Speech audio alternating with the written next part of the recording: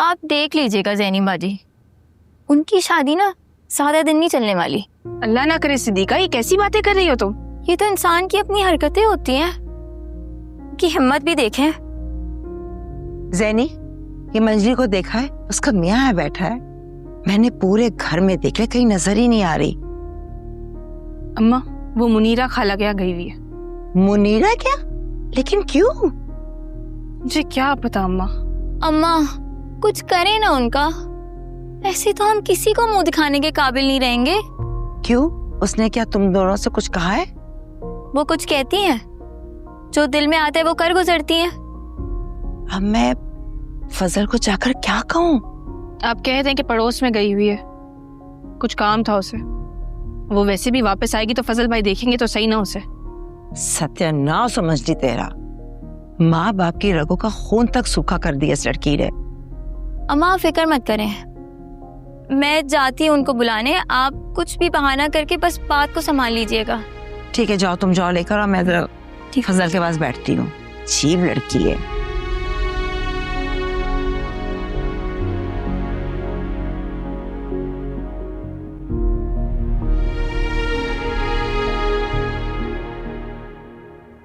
तुम्हें ऐसा नहीं करना चाहिए था। अब तुम्हें अपने माँ बाप की इज्जत के साथ साथ अपने शौहर की इज्जत को भी संभालना है, समझो इस बात को तुम। मैंने कोई ठेका लिया हुआ है लोगों की इज्जतें संभालने का? मेरी अपनी कोई मर्जी, कोई खुशी नहीं है। अरसल इस रिश्ते के लिए राजी होता तो हमें कोई इतराज नहीं था। जब यही राजी नहीं था तो हम ये रिश्ता कैसे जोड़ते? राजी था, वो तो ज़ैनी ने वरगला दिया ऐसे। मैं तुम्हें पहले भी ये बात 1000 बार बता चुका हूँ कि अगर मेरी शादी ज़ैनी से ना भी होती तो मैं तुमसे शादी कभी मत करता, किसी गैर लड़की से कर देता। और ये बात मैं तुम्हें करोड़ बार बता चुका हूँ। अब तो वो बात भी खत्म हो गई जब से तुम्हारी शादी हुई है। शादी कोई मसला नहीं है, तलाक भी हो सकती। सुना आपने ये किस तरह से हाथ धो के मेरे बेटे के पीछे पड़ गई है? और हिम्मत तो देखिए इनकी, छत पे चली गई भाई के पीछे।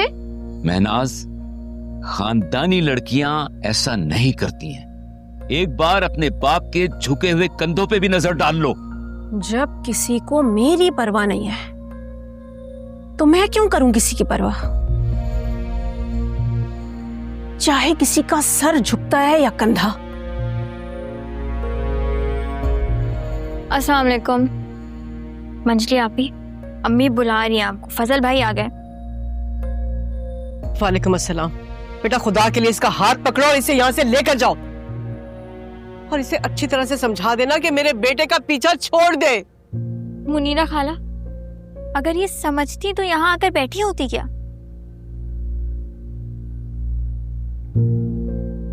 खबरदार जो मेरे बारे में कोई फजूल बकवास की तुमने। आपकी वजह से अम्मा इतना परेशान हो रही। उठे मेरे साथ घर चलें।